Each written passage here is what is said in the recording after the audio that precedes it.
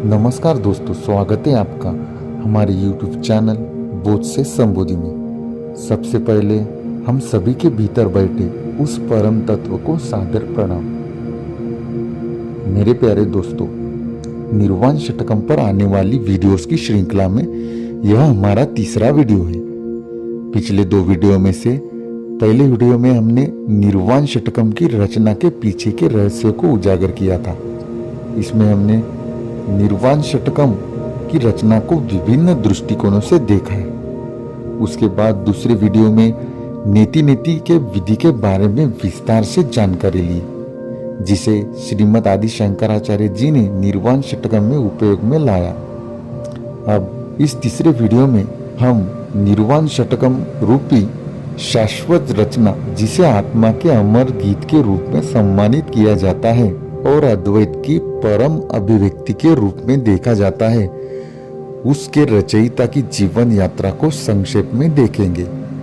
यह हमारे लिए अत्यंत क्रम प्राप्त है, क्योंकि निर्वाण षटकम की रचना जितनी गहन और शाश्वत है, वह जितनी महत्वपूर्ण है, उनके रचनाकार श्रीमद आदि शंकराचार्य जी का जीवन कार्य भी उतना ही महत्वपूर्ण है। उनका जीवन जो शाश्वत ज्ञान निर्वाण षटकम में दिया गया है, उसका जीता जागता उदाहरण है।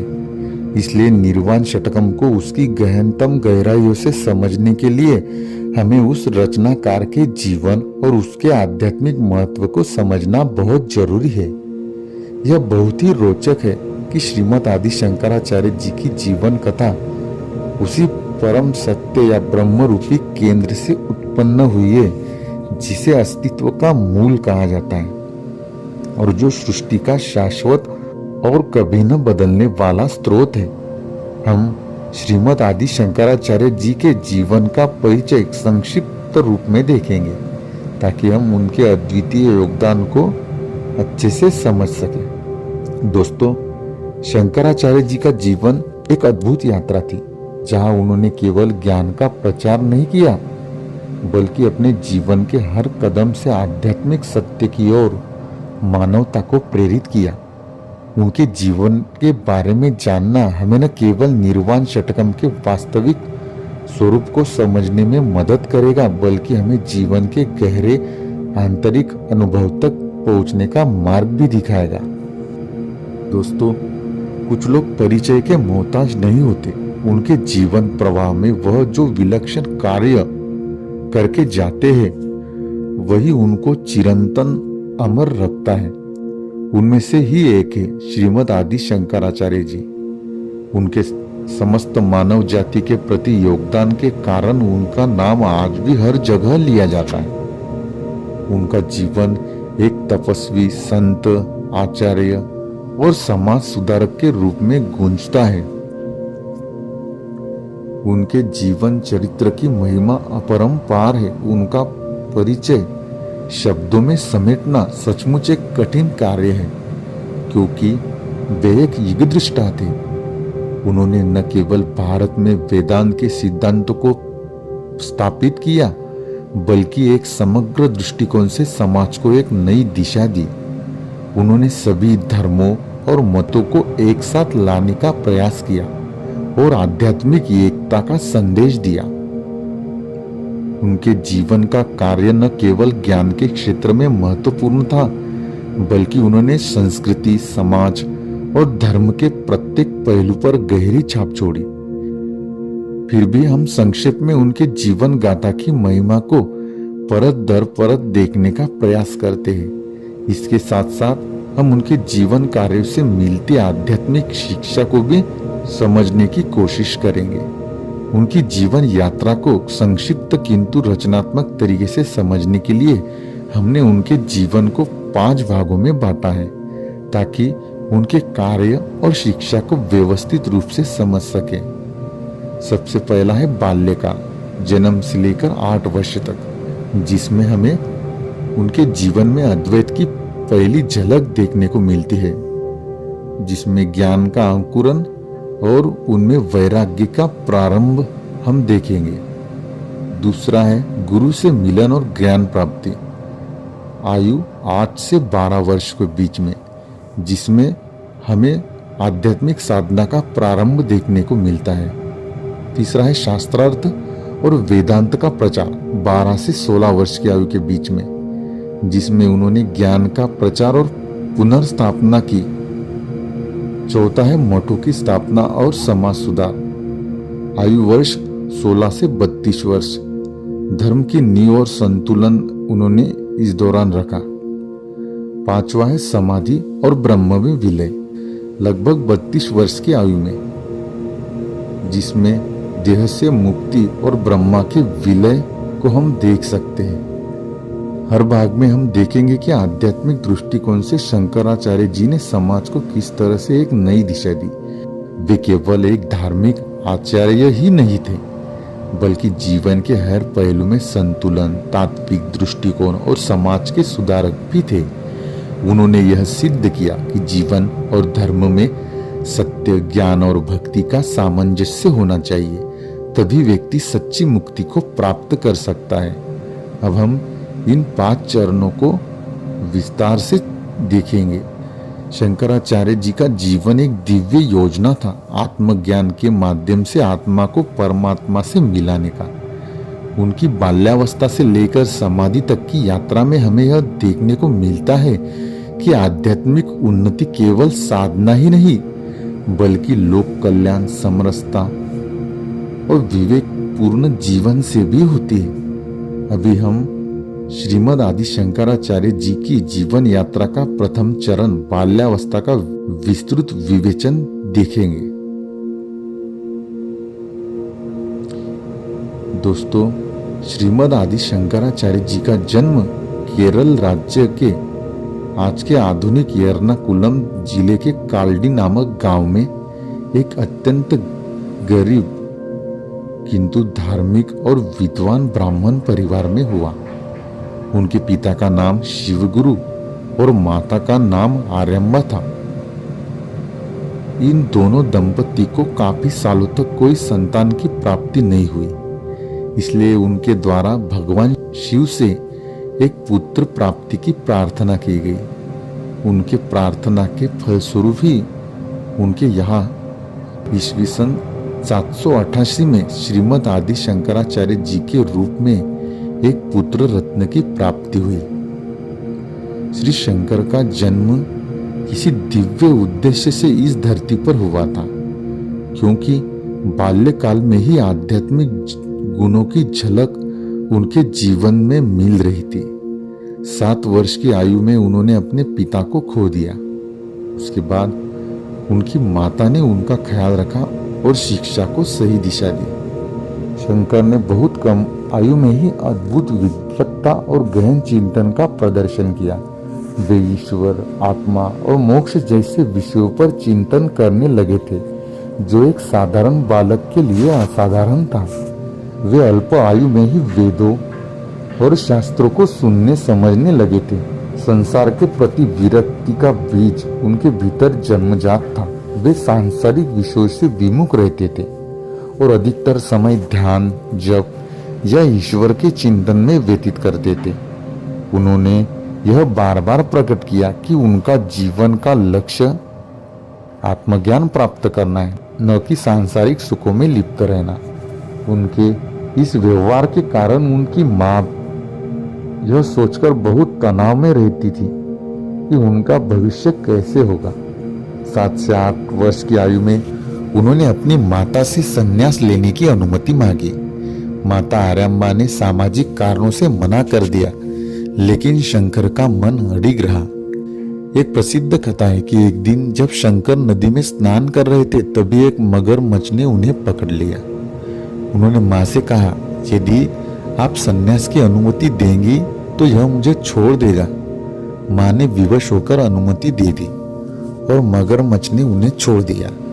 यह घटना प्रतीक है कि उनका जन्म ही संन्यास और आत्मज्ञान के लिए हुआ था। आध्यात्मिक दृष्टि से इस चरण का महत्व अनन्य साधारण है। बाल्यावस्था में ही आत्मबोध का जो भाव प्रकट हुआ, वह यह दर्शाता है कि शंकराचार्य कोई साधारण आत्मा ही बल्कि एक योगियों के योगी, ज्ञान के अवतार थे। उनका जन्म स्वयं एक आध्यात्मिक क्रांति का आरंभ था, जो आगे चलकर संपूर्ण भारत की चेतना को जागृत करने वाला बना। अभी हम अगले पड़ाव की ओर बढ़ते हुए श्रीमद आदि शंकराचार्य जी के जीवन का दूसरा चरण, संन्यास ग्रहण एवं गुरु की प्राप्ति, 8 से 12 वर्षों के बीच का विस्तृत विवेचन आध्यात्मिक दृष्टिकोण से देखेंगे। उनके जीवन के इस चरण में हमें उनकी आध्यात्मिक साधना की शुरुआत और आत्मज्ञान की प्राप्ति की दिशा में उठाए गए कदमों के बारे में अधिक जानकारी और समझ मिलेगी। जैसा कि पहले चरण में उल्लेख किया गया, आदि शंकराचार्य बचपन से ही संसार की क्षणभंगुरता को समझ चुके थे। वे जीवन के स्थायी सत्य की खोज में लगे रहते थे। जब उन्होंने अपनी मां से संन्यास की अनुमति प्राप्त कर ली, तब उनका जीवन एक नए उच्च आध्यात्मिक मार्ग पर अग्रसर हुआ। इसके पीछे भी एक रोचक कहानी है। आदि शंकराचार्य जब बालक थे, तब उनके मन में संन्यास लेने की तीव्र इच्छा थी, लेकिन उनकी मां आर्यम्बा इसके लिए तैयार नहीं थी। एक दिन वे अपने गांव के पास में स्थित नदी में स्नान कर रहे थे। तभी अचानक एक मगरमच्छ ने उनका पैर पकड़ लिया। उन्होंने घबराए बिना मां से पुकार कर कहा, मां, यदि आप मुझे संन्यास लेने की अनुमति देगी तो यह मगरमच्छ मुझे छोड़ देगा। मां ने भयवश और भावुक होकर सहमति दे दी। उसी क्षण मगरमच्छ ने शंकर को छोड़ दिया। यह कथा प्रतीकात्मक रूप से दर्शाती है कि उनका जन्म संन्यास और आत्मज्ञान के लिए हुआ था और ईश्वर ने स्वयं उनका मार्ग प्रशस्त किया। अब शंकर संन्यास के लिए तैयार हो चुके थे। उन्होंने अपनी मां की जिम्मेदारी अपने रिश्तेदारों को सौंप दी, इस वचन के साथ कि वे मृत्यु शैया पर उनकी मां की देखभाल करेंगे और वह अपने हाथों से उनका अंतिम संस्कार भी करेंगे। संन्यास उनके लिए कोई त्याग नहीं था, बल्कि यह आध्यात्मिक साधना की पूर्णता की दिशा में उठाया गया पहला औपचारिक कदम था। उनका संन्यास केवल व्यक्तिगत मोक्ष के लिए नहीं, बल्कि विश्व को ब्रह्म ज्ञान की ओर अग्रसर करने का एक संकल्प था। संन्यास लेने के पश्चात शंकराचार्य एक योग्य गुरु की खोज में भारत के विभिन्न क्षेत्रों में भ्रमण करने लगे। उन्हें ज्ञात हुआ कि नर्मदा नदी के तट पर स्थित ओंकारेश्वर में एक महान संत और अद्वैत वेदांत के सिद्ध श्रीमद गोविंद भगवत पाद विराजमान है। गुरु की खोज में नर्मदा नदी के तट पर स्थित ओंकारेश्वर पहुंचे, जहां महान संत गोविंद भगवत पाद तपस्या में लीन थे। शंकर ने उनके समक्ष उपस्थित होकर आत्मसमर्पण करते हुए शिष्यत्व की याचना की। इस समय उनकी आयु केवल 8 वर्ष के लगभग थी, परंतु उनका ज्ञान और व्यवहार किसी वयोवृद्ध संत के समान था। गुरु ने उनसे पूछा, तुम कौन हो? इस पर शंकराचार्य ने उत्तर में निर्वाण षटकम के माध्यम से 6 श्लोकों की एक अद्वैत रचना का स्फुरन पूर्वक उच्चारण किया, जिसका पहला श्लोक है, मनो बुद्धि अहंकार चित्तानि नाहम न च श्रोत्र जीवे न च घ्राण नेत्रे न च व्योम भूमि न तेजो न वायु चिदानंद रूपम शिवोहम शिवोहम। अर्थात मैं मन नहीं हूं, न बुद्धि न अहंकार न चित्त न कान न जीभ न नाक न नेत्र न आकाश न पृथ्वी न अग्नि न वायु, मैं केवल चिदानंद स्वरूप शिव हूं। गुरु गोविंद भगवत पाद अचंभित हुए। उन्होंने तुरंत पहचान लिया कि यह कोई साधारण बालक नहीं, बल्कि ज्ञान का अवतार है। उन्होंने शंकराचार्य जी को संन्यास दीक्षा दी और इस प्रकार आदि शंकराचार्य उनके शिष्य बन गए। यह कथा दर्शाती है कि शंकराचार्य जी आत्मज्ञान की चरम स्थिति में पहले ही पहुंच चुके थे। वे केवल लोक कल्याण हेतु गुरु की आज्ञा लेने आए थे। गोविंद भगवत पाद जी ने उनकी विलक्षण प्रतिभा और वैराग्य को देखकर उन्हें संन्यास दीक्षा प्रदान की। गुरु ने उनका नाम रखा शंकराचार्य। दीक्षा के साथ ही उन्हें 4 प्रमुख शिक्षाएं मिली। अहम ब्रह्मास्मि, मैं ही ब्रह्म हूं। ब्रह्म सत्यम जगन मिथ्या, ब्रह्म ही सत्य है, संसार माया है। ज्ञान ही मुक्ति का मार्ग है, केवल आत्मबोध से ही मोक्ष संभव है।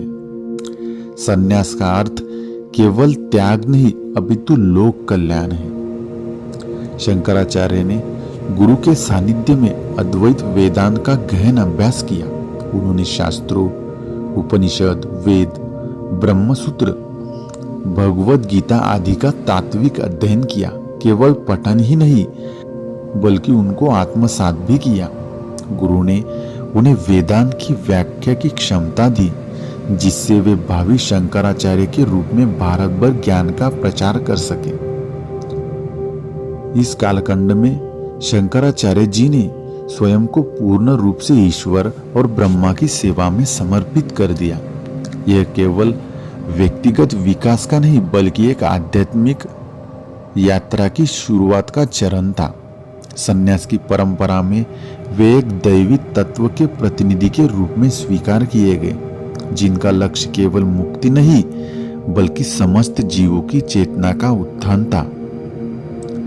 गोविंद भगवत पाद जी ने उन्हें आदेश दिया, जाओ भारतवर्ष में अद्वैत वेदांत की ज्योति फैलाओ, धर्म की रक्षा करो और सत्य की पुनर्स्थापना करो। इस आज्ञा ने शंकराचार्य जी को एक आध्यात्मिक योद्धा में परिवर्तित कर दिया। यही वह मोड़ था जहां से उन्होंने ज्ञान के प्रचार और शास्त्रार्थ की अपनी यात्रा शुरू की। अभी हम देखेंगे श्रीमद आदि शंकराचार्य जी के जीवन का तीसरा चरण, शास्त्रार्थ और भारत भ्रमण। आयु वर्ष 12 से 16 वर्ष। गुरु गोविंद भगवत पाद जी से आज्ञा पाकर शंकराचार्य जी ने संकल्प कर लिया कि वे भारतवर्ष में भ्रमण करके अद्वैत वेदांत का प्रचार, धर्म की रक्षा और सत्य ज्ञान की पुनर्स्थापना करेंगे। उन्होंने अपनी यात्रा को केवल शास्त्रार्थ का माध्यम नहीं बल्कि आध्यात्मिक चेतना को जागृत करने का उपाय बनाया। उन्होंने देशव्यापी यात्राएं और शास्त्रार्थ किए। काशी में उन्होंने भगवान विश्वनाथ के दर्शन किए और उन्हें अपना मार्गदर्शक माना। यही उन्हें हस्तामलक, तोटकाचार्य, पद्मपाद और सश्रवाचार्य जैसे प्रमुख शिष्य प्राप्त हुए। काशी में उन्होंने संस्कृत विद्वानों से शास्त्रार्थ कर अद्वैत सिद्धांत की प्रतिष्ठा की। बाद में उन्होंने प्रयाग, उज्जैन, बद्रीनाथ, द्वारका जैसे पवित्र तीर्थ स्थलों की यात्रा की और साधु संतों, पंडितों से विचार विमर्श किया। जहाँ कहीं भी तर्क से परे कर्मकांड, अंधश्रद्धा या संकीर्णता देखी, वहां उन्होंने वैदिक तर्क और शुद्ध ज्ञान से उसे चुनौती दी। कुमारिल भट्ट, जो पूर्व मीमांसा के प्रवर्तक थे, उन्होंने शंकराचार्य जी को अद्वैत वेदांत के प्रचार हेतु मंडन मिश्र के पास भेजा। यह एक आध्यात्मिक उत्तरदायित्व का क्षण था। जब कुमारिल भट्ट जी ने कहा, अब वेदांत की रक्षा का दायित्व तुम्हारा है। मंडन मिश्र, जो उस समय के महान तर्कशास्त्री और पूर्व मीमांसा के प्रवक्ता थे, उनसे शंकराचार्य जी का ऐतिहासिक शास्त्रार्थ हुआ। मंडन मिश्र जी की पत्नी भारती देवी, उन्होंने भी इस शास्त्रार्थ में निर्णायक भूमिका निभाई। यह शास्त्रार्थ कई दिनों तक चला और अंत में मंडन मिश्र ने पराजय स्वीकार कर ली। उन्होंने शंकराचार्य जी से दीक्षा ली और सुरेश्वराचार्य नाम से उनके शिष्य बन गए। यह भारत के बौद्धिक परिदृश्य में एक नव जागरण था, जहां अद्वैत को एक सार्वभौमिक और युक्तिपूर्ण दर्शन के रूप में पुनर्स्थापित किया गया। एक बार श्रीमद आदि शंकराचार्य वाराणसी में गंगा स्नान कर लौट रहे थे। रास्ते में उन्हें एक चांडाल अपने 4 कुत्तों के साथ सामने से आता हुआ दिखाई दिया। शंकराचार्य जी ने सहज भाव से कहा, दूर हटो, अर्थात रास्ता छोड़ दो। चांडाल ने शांत स्वर में एक गूढ़ प्रश्न किया, हे महान ज्ञानी, किससे दूर हटूं, मेरे शरीर से या आत्मा से? यदि आत्मा से हटूं तो आत्मा तो सर्वत्र एक ही है, फिर अलग कैसे? और यदि शरीर से हटूं तो शरीर एक मरणशील है, क्या उसका कोई स्थायी अस्तित्व है? यह सुनते ही शंकराचार्य जी चकित और भाव विभोर रह गए। उन्होंने तुरंत उस चांडाल को प्रणाम किया और कहा, तुम शिवोसी, तुम शिव स्वरूप हो। और उन्होंने कहा, चाहे वह चांडाल हो या ब्राह्मण, यदि वह आत्मज्ञान से युक्त है तो वह मेरे लिए गुरु ही है। इस कथा से हमें सीखने को मिलता है कि सच्चा ज्ञान आत्मा का है, न कि शरीर का या जाति का। जो आत्मा को जानता है वही सच्चा ज्ञानी है, चाहे उसका सामाजिक दर्जा कुछ भी हो। आदि शंकराचार्य जी की नम्रता और सत्य स्वीकार करने की क्षमता महानता की पहचान है। यह कथा उनके जीवन के अद्वैत वेदांत के सिद्धांत सर्वम खलविदम ब्रह्म, सब कुछ ब्रह्म ही है, को सुंदर रूप में प्रकट करती है। शंकराचार्य जी ने आयु वर्ष 12 से 16 वर्ष के बीच में ही ब्रह्मसूत्र, उपनिषद और श्रीमद् भगवद गीता पर गहन और सरल भाष्य लिखे। उनका उद्देश्य केवल विद्वानों को संबोधित करना नहीं था, बल्कि आम जनता को आत्मज्ञान और धर्म का सरल मार्ग देना था। आध्यात्मिक दृष्टि से इस चरण का बहुत महत्व है। वे शास्त्रों का केवल पाठ नहीं करते थे, वे स्वयं उस ज्ञान के मूर्तिमान स्वरूप थे। जहां भी मतभेद था, उन्होंने उसे तर्क, श्रद्धा और समर्पण से समाधान में बदला। शंकराचार्य जी का भ्रमण आत्म प्रचार नहीं, बल्कि धर्म, समाज और आत्मा की सेवा का माध्यम था। इस कालखंड में शंकराचार्य जी ने यह स्थापित कर दिया था कि धर्म केवल पूजा पद्धति नहीं, बल्कि ज्ञान, विवेक और एकात्मता का मार्ग है। उन्होंने लोक और शास्त्र, भक्ति और तत्वज्ञान, तर्क और अनुभव सभी को संतुलित किया। उसके बाद उनके जीवन के चौथे चरण आयु वर्ष 16 से 32 के बीच में उन्होंने मठों की स्थापना और समाज सुधार का कार्य किया। अनावश्यक कुरीतियां हटाकर सत्य की पुनर्स्थापना और आध्यात्मिक संगठन और भारतीय संस्कृति में एकता को बढ़ावा देने का कार्य किया। शंकराचार्य जी ने ज्ञान का प्रचार कर लिया था, शास्त्रों के माध्यम से अद्वैत वेदांत को प्रमाणित कर दिया था, लेकिन वे जानते थे कि केवल शब्दों से स्थायित्व नहीं आता। इसलिए उन्होंने पूरे भारतवर्ष में स्थायी आध्यात्मिक संस्थाएं यानी मठों को स्थापित करने का निर्णय लिया, ताकि सनातन धर्म की परंपरा निरंतर चलती रहे। 4 पीठों की स्थापना उन्होंने भारत के 4 कोनों में की, जिसने भारत में एकता की आधारशिला को रखा।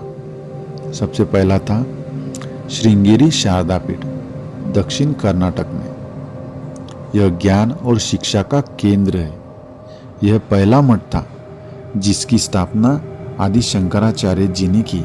यहाँ देवी शारदा की उपासना होती है, जो ज्ञान की अधिष्ठात्री है। इस पीठ का प्रधान महावाक्य अहम ब्रह्मास्मि, मैं ब्रह्म हूँ, यह है। दूसरा मठ है पुरी गोवर्धन मठ, जो पूर्व ओडिशा में स्थित है। भक्ति और कर्म योग का संतुलन देने वाला यह मठ है। यह मठ जगन्नाथ मंदिर के समीप स्थित है, जहाँ विष्णु भक्तों की प्रधानता थी। इसका महावाक्य है प्रज्ञानम ब्रह्म, ब्रह्म ही सर्वोच्च चेतना है। बाद में तीसरा है द्वारका शारदा पीठ, जो पश्चिम गुजरात में स्थित है। यह ज्ञान और वैष्णव भक्ति का समन्वय कराया गया। महावाक्य तत्वमसि, तू वही है ब्रह्म। चौथा मठ है ज्योतिर्मठ, जो उत्तर बद्रीनाथ के पास उत्तराखंड में स्थित है। हिमालय की गोद में स्थित यह मठ ध्यान और योग साधना का केंद्र बना। महावाक्य अयमात्मा ब्रह्मा, यह आत्मा ही ब्रह्म है। शंकराचार्य जी ने सन्यासियों के लिए 10 नामों की परंपरा बनाई, जैसे सरस्वती, भारती, गिरी, पुरी, वान, पर्वत, अरण्य, आश्रम, तीर्थ, सागर आदि।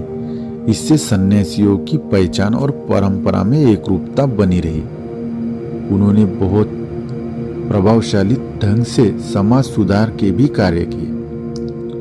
शंकराचार्य जी ने अंधविश्वास और कर्म कांडों का विरोध किया। उन्होंने यह स्पष्ट किया कि कर्म केवल तभी फलदायी है जब वह ज्ञान से प्रेरित हो। उन्होंने केवल सत्कर्म को महत्व दिया और अनावश्यक आडंबर का खंडन किया।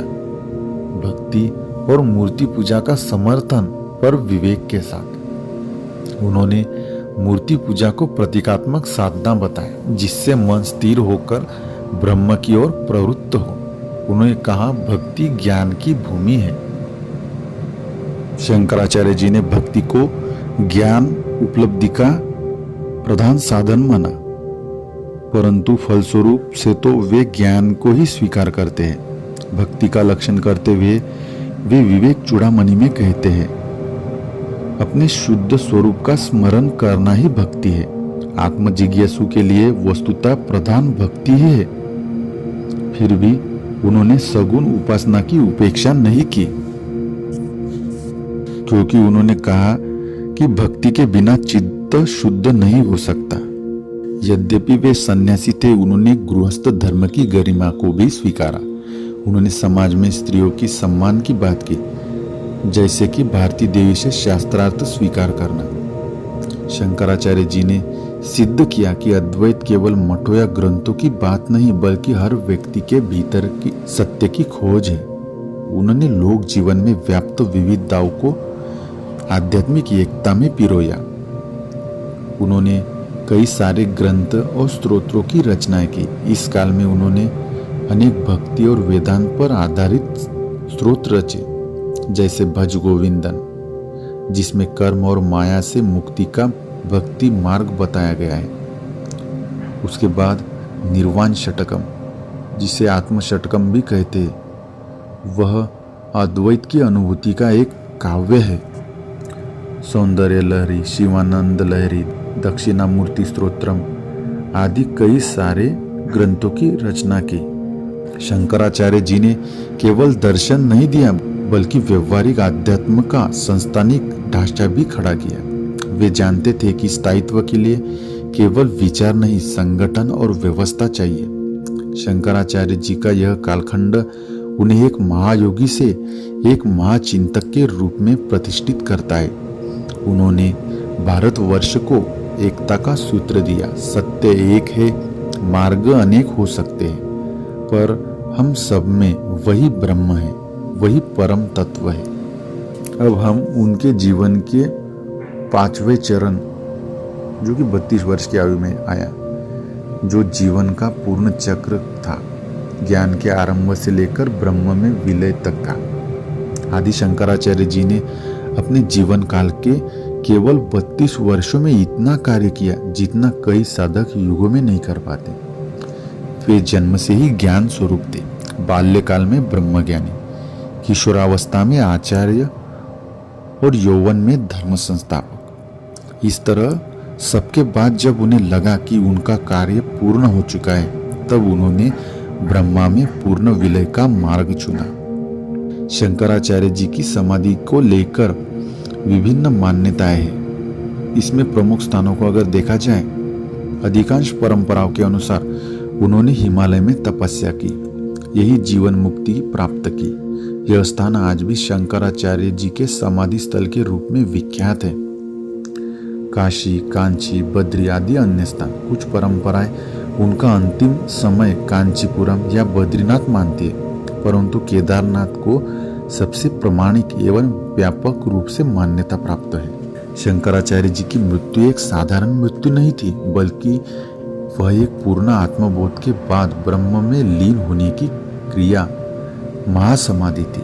उन्होंने स्वयं कहा था, उनके लिए शरीर का अंत कोई दुखद घटना नहीं, बल्कि एक पूर्ण चक्र की पूर्णता थी। आत्मा का ब्रह्मा में पूर्ण लय। वे जीवित रहते ही मुक्त थे और इस शरीर के अंत के साथ उन्होंने उस मुक्ति को सार्वभौमिक कर दिया। उन्होंने धर्म, दर्शन, संगठन, साहित्य, भक्ति, हर क्षेत्र में जो कार्य किया वह पूर्णता की पराकाष्ठा है। अपने चारों मठों में योग्य शिष्यों को आचार्य बनाकर उन्होंने परंपरा को जीवित रखा। उनकी मृत्यु के बाद भी उनका ज्ञान आज तक जीवंत है। ब्रह्म ही सत्य है, वही तुम्हारा स्वरूप है। ज्ञान प्राप्त करो, मोक्ष तुम्हारे भीतर है। धर्म की रक्षा करो पर दूसरों के मत का सम्मान करो। सच्ची भक्ति सच्चे ज्ञान से ही जन्मती है। यह आध्यात्मिक दृष्टिकोण हमें उनके जीवन से सीखने को मिलता है। आदि शंकराचार्य जी का जीवन कोई साधारण जीवन नहीं था। वह एक अवतारी पुरुष थे जो विश्व को यह संदेश देने आए थे कि तत्वमसि, तुम वही हो। उनकी समाधि शून्यता नहीं बल्कि पूर्णता थी, जहाँ से वे साक्ष्य रूप से हटकर सर्वत्र ब्रह्मा में विलीन हुए। श्रीमद आदि शंकराचार्य जी का जीवन आध्यात्मिक दृष्टिकोण से अत्यंत प्रेरणादायक है। उनके जीवन में से हमें अनेक आध्यात्मिक शिक्षाएं प्राप्त होती है जो आत्मबोध, भक्ति, ज्ञान और कर्म के समन्वय की दिशा दिखाती है। जैसे शंकराचार्य जी ने बचपन से ही यह जान लिया था कि यह संसार माया है और आत्मा ही सत्य है। उन्होंने अद्वैत वेदांत का प्रचार करते हुए यही सिखाया कि ब्रह्म सत्यम जगन मिथ्या, जीवो ब्रह्मैव नापर, अर्थात ब्रह्म ही परम सत्य है। यह जगत माया है और जीव भी ब्रह्म स्वरूप ही है। उन्होंने स्वामी गोविंद भगवत पाद जी से दीक्षा ली और ज्ञान प्राप्त किया। इससे यह शिक्षा मिलती है कि जीवन में सच्चे गुरु के बिना आत्मबोध कठिन है। गुरु ही अज्ञान के अंधकार को दूर कर ज्ञान का दीप जलाते हैं। शंकराचार्य जी ने 8 वर्ष की उम्र में ही संन्यास ग्रहण कर दिया था। शंकराचार्य जी ने पूरे भारतवर्ष का भ्रमण कर अद्वैत वेदांत का प्रचार किया और 4 मठों की स्थापना की। यह सिखाता है कि आत्मज्ञान प्राप्त करने के बाद समाज की सेवा करना भी आध्यात्मिक जीवन का अनिवार्य अंग है। यद्यपि वे ज्ञान मार्ग के प्रवर्तक थे, फिर भी उन्होंने भक्ति को भी महत्व दिया। उन्होंने अनेक स्रोतों की रचना की, जैसे भज गोविंदम, सौंदर्य लहरी, शिवानंद लहरी आदि। इससे यह शिक्षा मिलती है कि भक्ति और ज्ञान दोनों में कोई विरोध नहीं, बल्कि दोनों का समन्वय ही पूर्ण आध्यात्मिकता है। अपने महान कार्यों के बावजूद वे सदैव नम्र और अहंकार रहित रहे। उन्होंने तर्क और ज्ञान से विपक्षियों को हराया, लेकिन विरोधियों को भी सम्मान दिया। यह दर्शाता है कि सच्चा ज्ञानी कभी अहंकार नहीं करता। शंकराचार्य जी ने बताया कि आत्मा अजर, अमर और अविनाशी है। उन्होंने यह सिद्ध किया कि मृत्यु के पार भी चेतना जीवित रहती है। इस शिक्षा से मृत्यु का भय समाप्त होता है और जीवन में स्थिरता आती है। दोस्तों, आज के लिए इतना ही। बने रहे आपके अपने YouTube चैनल बोध से समृद्धि के साथ। अगर आपको हमारे वीडियो से लाभ हो रहा है तो कृपया इसे औरों के साथ शेयर करें और हमारे चैनल को यदि आपने सब्सक्राइब नहीं किया है तो निर्वाण षटकम जैसी ऐसे ही वीडियोस के लिए हमारे चैनल को सब्सक्राइब करें। धन्यवाद।